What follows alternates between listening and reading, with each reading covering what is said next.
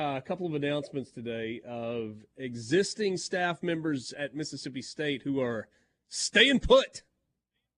Yeah. Yeah. And two, if you said, Brian, only two of them are going to stay, who would you pick? These are the two. Chad Bumpus, Mississippi State receivers coach. State, their highest rated recruit right now, J.J. Harrell, has pretty much said out loud, as long as Bumpus is there, I'm coming to Mississippi State. State's in a good spot with four-star receiver Mario Craver from Alabama. State's in a good spot with five-star receiver Caleb Cunningham for next season out of Choctaw Central High School or Choctaw County, I'm not sure. Then it looks like it's a two-way battle, State and Ole Miss for Starkville receiver Stonka Burnside. Bumpus gives you the best chance there. Plus, he's an alum. He's a beloved football player. I think he was always going to stay.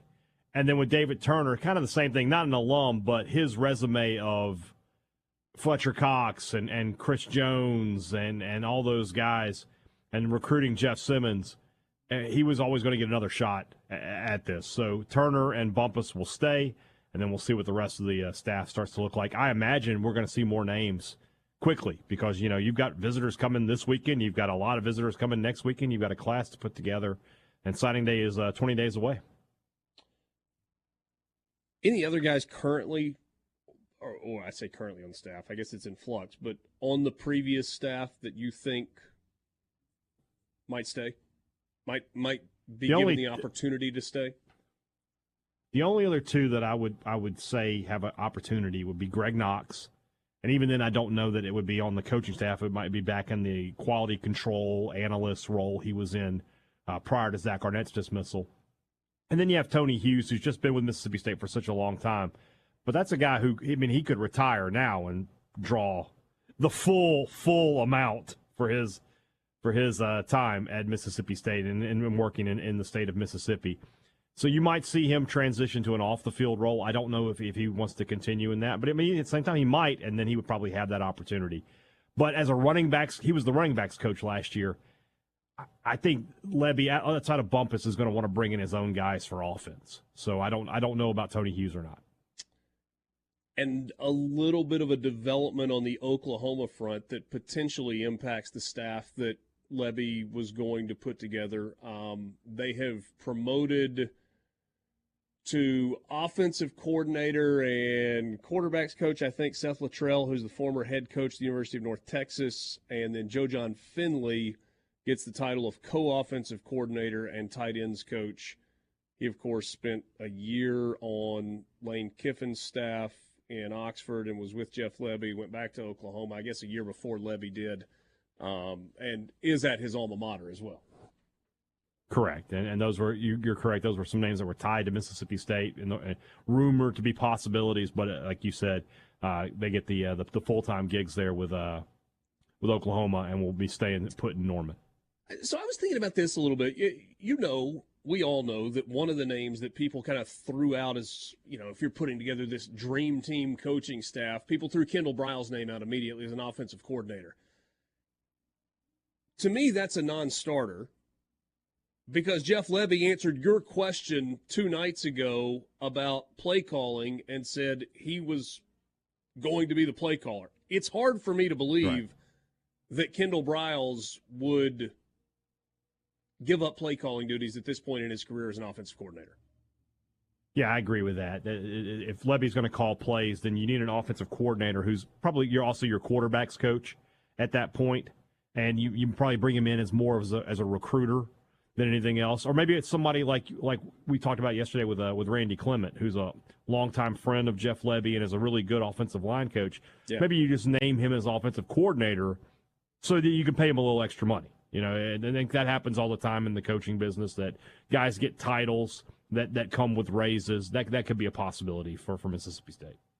Hey, Borky, can we go to the clip from the Jeff Lebby press conference the other night where he talks about play calling and yeah. I guess it was a question for Brian Haydad. And I don't mean to call anybody out. I know they work really hard on this. The audio is not on our end. This is what was produced. So Okay. forgive me for that. But yeah, here's Jeff Lebby. Quick answer on play calling. Are you planning to continue calling plays here at Mississippi State, or do you think you'll turn that over to an offensive coordinator? No, I will continue to call it. I think that's important for me as we get started in this thing, having one voice as we move forward, as we're putting together the staff, still having the ability to hire an offensive coordinator from a title standpoint to be able to take some of the day-to-day and be able to go have total control of some of the organizational things that go on with whether it be practice or game planning, so that I do have the ability to be a head coach. So he'll be an incredible extension of me, one that I trust, one that understands the system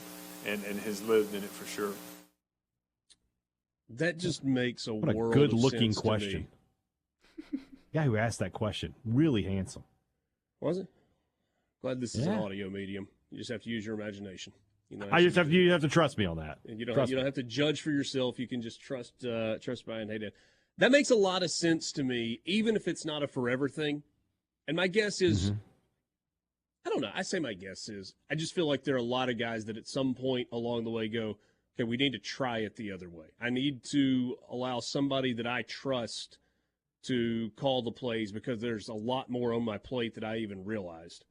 I think maybe we don't realize how much demand there is on head coaches just in terms of day in, day out during a game week.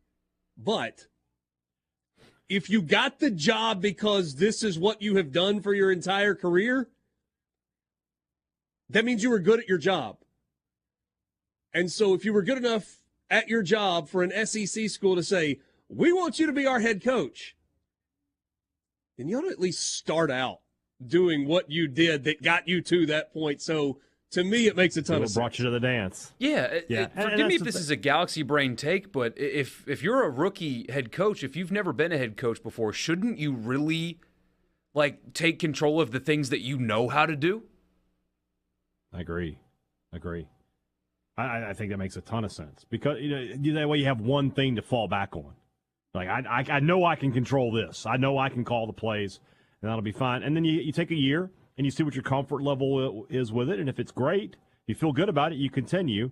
And if you don't, you go get help the next year. This is a year for Mississippi State where, no one's expecting Jeff Lebby to win the SEC championship or anything like that. I think Mississippi State fans, by and large, know this is going to be a rebuilding kind of year. They got to totally reface the roster. So, make it work, figure it out, and see how it works for you this year, and then go into next year with a full plan of attack. Borky, what was the other Lebby clip that we had? This is him on quarterback. So a bunch of guys are hitting the portal today, and he was asked about what he plans on doing in terms of roster acquisition at the most important position on it.